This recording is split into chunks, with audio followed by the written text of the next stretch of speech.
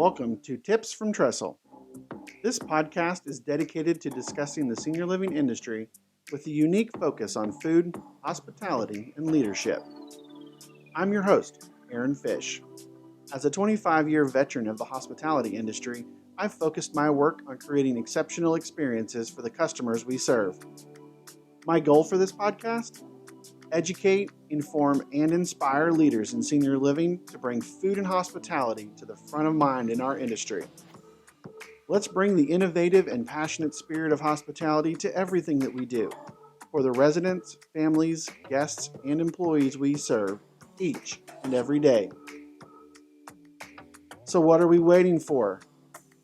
Let's get to it.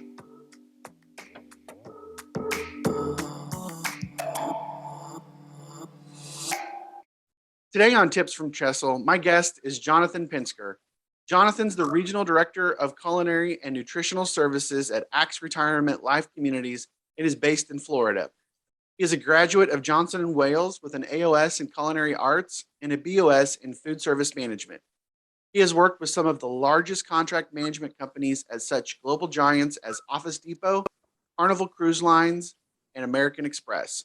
Jonathan went back to school in 2015 and obtained an MBA in Hospitality Management from Lynn University. Jonathan, thanks for being on Tips from Trestle. Thank you, Aaron. It's a pleasure to be here. Yeah, I know we go back a long ways and run across each other at multiple conferences and done some other webinar type things. So I'm excited to talk to you because you're the first operator that I've had on my podcast. And so I want to kind of start picking your brain. And I want to know first, how did you get started in senior living food and beverage? Because clearly that's not where you started from. Well, everything with me is a story. So during my senior year at Johnson & Wales, as we went through online recruiting and interviewing, I met a gentleman with a contract management company, and he was recruiting for the company. So I came down to Florida. I was moving here, got a job in a hotel, didn't work out. And I contacted this gentleman. I had his card tucked away, and I said, Al, I'm still interested in going to work for you guys. I thought he was a recruiter for them. And he says, I might have something for you after the summer. Unbeknownst to me, he was not a recruiter. He was the culinary director at a very upscale retirement community in Fort Myers, Florida, a place called Shell Point Village. I got in touch with him halfway through the summer. He said, when can you be here? I gave him the date, and that was it. Launched my career into senior living. Awesome. Yeah, I don't know that I ever knew that story. But it's interesting how those go, right? Because even my backstory is kind of stumbled into senior living and was like, whoa, this is not what I thought it was. And so never is. Always interesting. So I'm curious, as a regional dining director, obviously it's different from managing a community operation day to day. So from your vantage point, what would you say is the biggest difference? What are some of the things that you find managing multiple locations as opposed to just one? Well, it's really, for me, it's one thing, believe it or not, it's time management. You're not going to the same community at the same time every single day. So you have to evaluate where you're needed most, where I guess you can get the biggest bang for your buck, and where you can, implement change that will take hold and, continue on through, in perpetuity. I will say this, a lot of people take it as, well, you're out of operations. That people that think that way, that's first of all, big misconception. I really put myself entwined with every team in every community because I want to make sure they know they never work for me. I only work for them. I am a support person for them. And especially if every community is doing like things, why do I want 7 culinary directors spending time when I can do it? Because I don't have to get breakfast, lunch, and dinner out 3 meals a day. I can do it 8 at night. I can do it 6 in the morning. I can do it whenever I want. So time management is the big difference for me.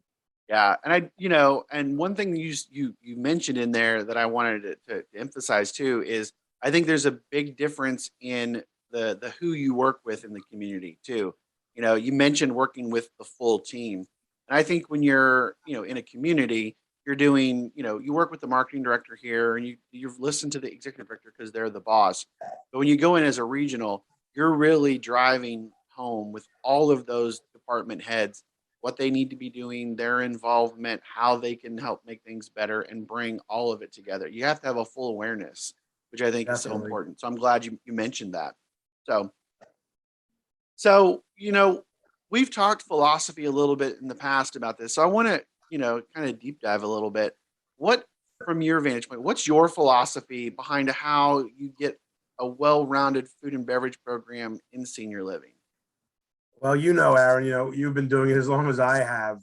Food is personal, Yeah.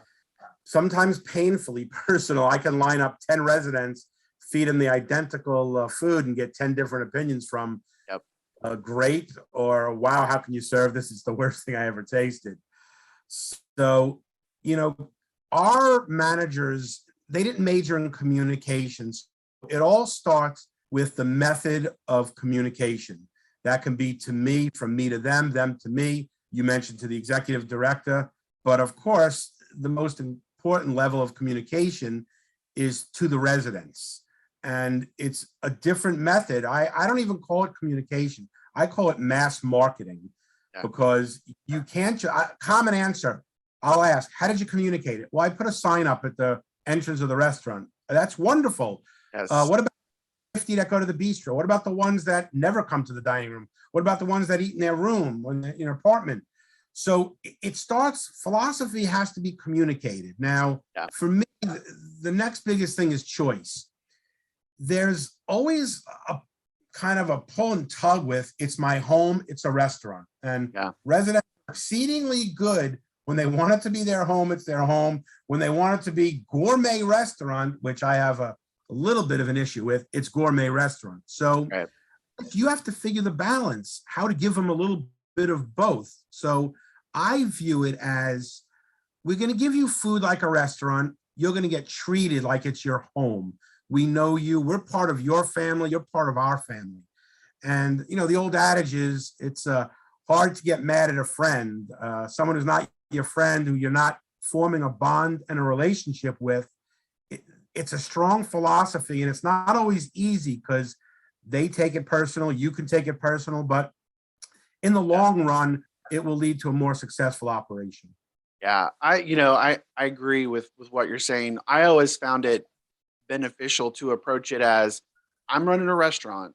This is the restaurant, a part of your club in your neighborhood, and you're the neighborhood regulars, right? And you happen to have an investment in this restaurant. So it's kind of like you're the quiet owner or the silent partner in the restaurant.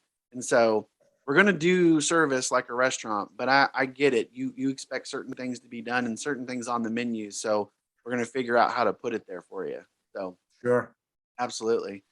So one of the things that I haven't really talked a lot about is how food service and how dining operations were impacted during COVID. Right.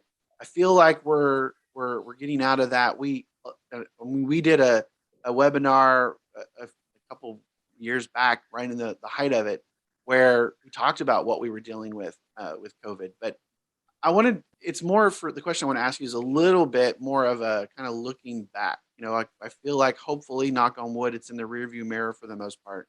So for you, what was your biggest takeaway operating regionally during COVID?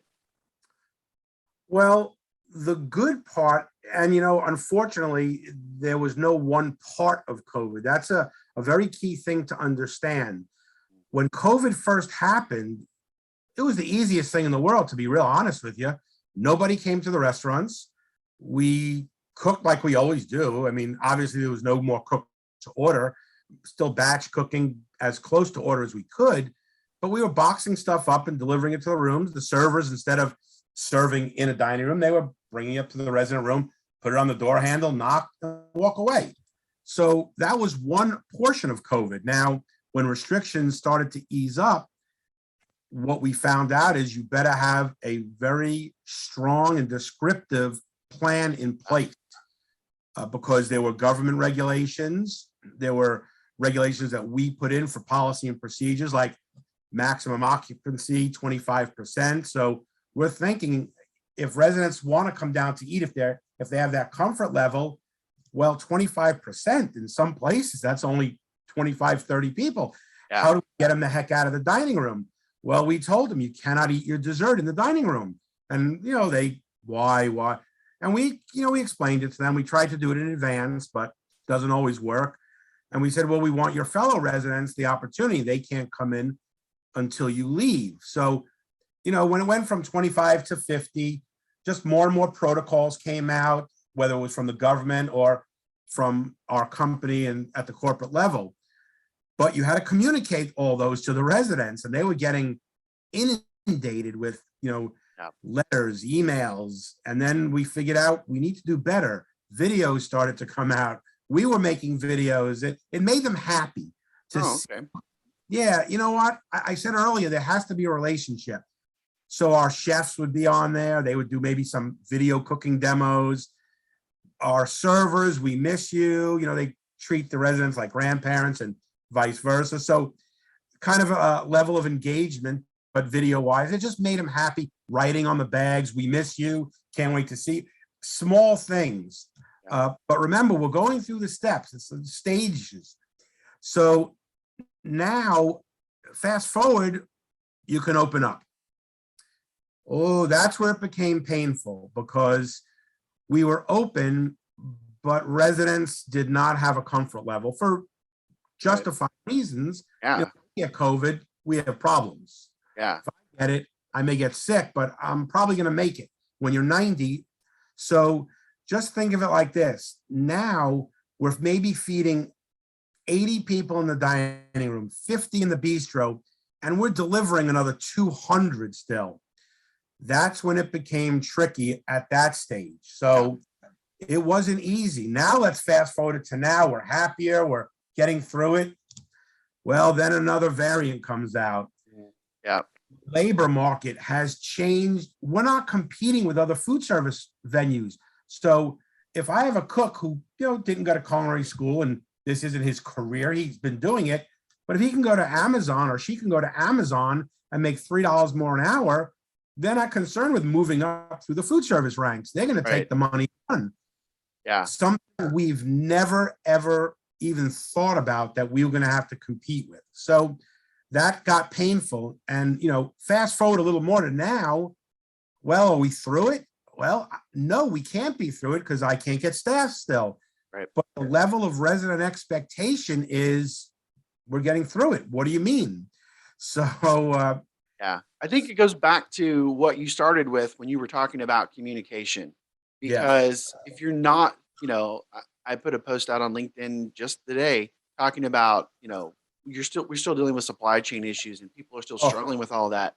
And I said, one of the first things I said on that post was, you need to communicate. You need to communicate with your residents, because they may see it on the news that there's labor issues, but we're doing everything behind the scenes to try and make it not apparent. I've never understood operators that don't want to tell residents what's going on, because there are so many residents that ran businesses that understand people. When you tell them what's going on, the amount of grace you're given because of it is exponentially higher than if you're trying to run a restaurant. You're right, 100%. So 2 tricks I'm going to throw out to the listeners that paid tons of dividends. One, our company did a corporate town hall taking the residents through the life cycle of COVID and how the impact in supply chain and the labor force was affected. It was a great video presentation. What we did at a local level, I always say, you're going to listen to your peers a lot quicker than me. So in working through our culinary committees, I happened to have to attend one because my culinary director was off. And I asked them a favor. I said, please write a letter. I want you to say in this letter and explain to your fellow residents the labor challenge and the supply chain challenge. And I gave them all the information. I said, this is the caveat. It's not coming from me. it is not coming from culinary. It is coming from you, the culinary committee and the representatives and their peers to the community. Those communities that we did that with, many less complaints, like you said, much more tolerant and understanding of what's going on. Yeah, I'm having flashbacks of my time with my dining committee when I first started. And once I realized that they were a key component of that communication, like you just said, my life became so much easier. So there's a lot of great takeaways there from that time during COVID. So I have a first for you. So I recently asked my LinkedIn network to give me questions and topics that they'd like to see us cover. So I have a question from a listener, and it's perfect for you because I know you have an opinion on this. So their question was, what has COVID taught us about self-service and buffet service going forward after COVID? Well, the good thing about this is it validated exactly my feelings towards buffets. I personally, in the traditional manner, see no value in running a buffet. Now, when we're talking a buffet, straight line, just an endless trough of food, people mounting 10 tons of food on their plate. Right. So that being said, part of the process during our labor challenge, we had to go to buffets because we didn't have enough servers and we could accommodate a lot more residents via buffet than with, traditional table service. But the caveat was you can set up buffets, but they must be set up like independent stations. So maybe we're going to carve at one, do saute at one, do a Sunday bar at one. And what the advantage is, we have our staff out there. Right. Me and you talked a little bit about engagement. So every resident loves the chef in the big white hat. Yep. So what a plus it is. We're serving the food, we're giving them a show, and our employees, the ones that are doing the actual cooking for the residents, are out there. So they're meeting them. The residents ask questions. So that for me was an easy one. That should have happened COVID. Yeah. Now, that's great. Salad bars. Salad bars. Oh boy. Yeah. Yep. So this is a two-part answer I'm going to have to give you. So the philosophy can still apply like a buffet. If you can serve it, there's no loss, no harm, no foul, with the exception you do need a body to do it. Okay. Now, I do have communities that have freestanding salad bars in the bistro and in the dining room, and residents love. Listen, part of it is it's keeping their independence, where they can go up and make what they want. Plus, we are able to use it as a buffer in between courses. So there are things we are putting together, some protocols, and we're going to present it. You can buy these like air inflated gloves where it's touchless and it puffs up, and you put your hand in the glove and you can touch the utensils, then you throw the glove away. You can rotate your utensils every 30 minutes to minimize constant touch points. But listen, I think our customers are going to demand it come back. Where we can serve it, we will. But I don't think it's a fight we want to keep going on with. And I'm hoping it comes back. It does make them happy. Yeah. Well, I do love the idea of creating the action station, right? It's kind of that nice hybrid between the traditional buffet, and then you're still elevating the service and providing that touch point that feels like it, but you're in full control of that. So correct. Absolutely. I love it. So I appreciate you letting me use you as a guinea pig for a listener question. So more of those to come. So you're the first, but won't be the last. Thank you. So good to be the first. One of the things that I'm curious about is, what are you guys doing at Axe that is separating yourself from other operators in the markets? And think about your company as a whole, or maybe just your region. But how are you differentiating yourself? Well, I had the opportunity to speak with a lot of other people in our industry with different, companies. And, it's what we did. I can speak for us, of course, but we viewed this as opportunity. We still have to serve the people, but right. There was some extreme opportunity. And the only way that you could get a benefit out of this is to take a hard look at your practices and say, where are we deficient? Where can we do better? So things like reservations. We didn't have a hard and fast rule on reservations, but COVID pushed us to reservations.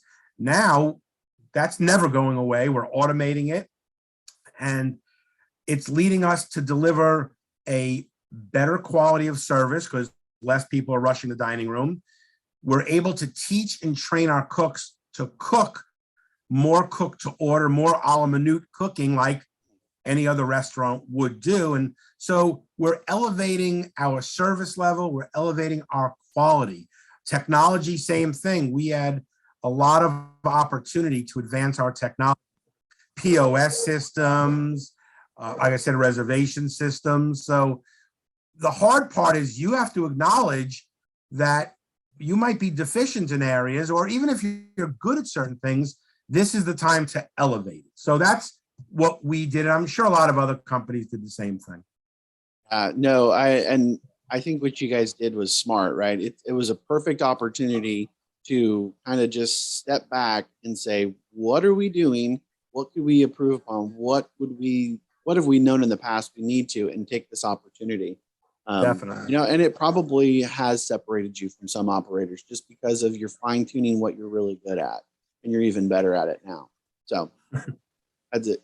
Great stuff. So we're coming to the close of our time together. But I wanted to ask you, there may be some new dining leaders, some young dining leaders listening to the podcast that want to be a regional someday. So what advice would you give those aspiring food and beverage leaders in our industry that want to be a regional director? What's that advice? Yeah, that's a great question. I think about that a lot. Who's going to take my place? Of course, whose place am I going to take? That's important too. Right. But I think there are a few messages you must deliver to your culinary directors if they want to move up. First, for me, is a bit of a unique one. I ask this question at every interview where I'm interviewing front of the house, back of the house managers, and front of the house will say to me when I ask them, what industry are we in? They'll say the service industry, giving great customer service. Our chefs will say, providing a high level of culinary experience, great food. All right answers. I explained to them we're in the people business. The quicker you can figure out what motivates, how you can get the most out of people. You got to remember, you're dealing with our residents, your employees, now cooks, managers, supervisors, dishwashers, diet aides. They're all handled differently, all fairly, but differently. Executive directors, vendors, family members. So you have to understand they're all individuals. How are you going to handle them? That's one thing.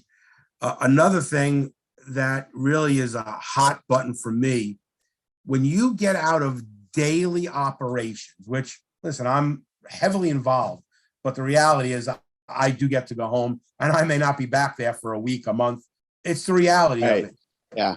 But you better realize, and I always said the most successful companies, leadership has the mentality, you don't work for me, I work for you. What can I do for you? How can I make your life easier, better, more successful?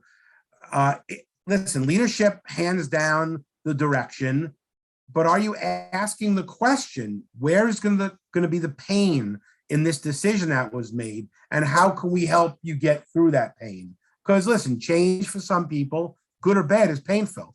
So those are big ones. And the last one, which I did for an absolute selfish reason, push your work down to your managers. Force it to them. It will better them. So the path I took, I was running a very big piece of business, Office Depot's global headquarters. And I started giving my managers my tasks. And now I told them, you do the same with your employees. So why does the chef have to order the produce? Can't the salad bar guy do it? Why does the chef have to order bread? Can't the deli person? They're the ones using it. The chef follows up. This looks good, go. So at that point, when I was able to help them move along, I went to my boss. What can I do to help you out? He had 28 pieces of business. Well, the calendar says you can't go to 28 pieces of business in a month, each one. So Yep. his eyes lit up, and the first words out of his mouth, go down to Miami tomorrow, and I need this program implemented. And of course, I was ecstatic to do it. So you must give your people that work for you the challenge in elevating their skill set. And, you know, if you want to do it for a selfish reason, hey, I'm all for it. That's why I did it. I wanted to better myself. But always remember, the end beneficiary, they are the customers, they are the residents. You're building a stronger team, and they will benefit for it. No, that's great advice. I mean, I think everything you just said falls under that servant leadership moniker, and that's so important in our industry. And I think that's amazing advice that, you know, kind of parallels what I would say on my journey through, you know, being a regional director. So, Jonathan, I appreciate all your time today here on the podcast.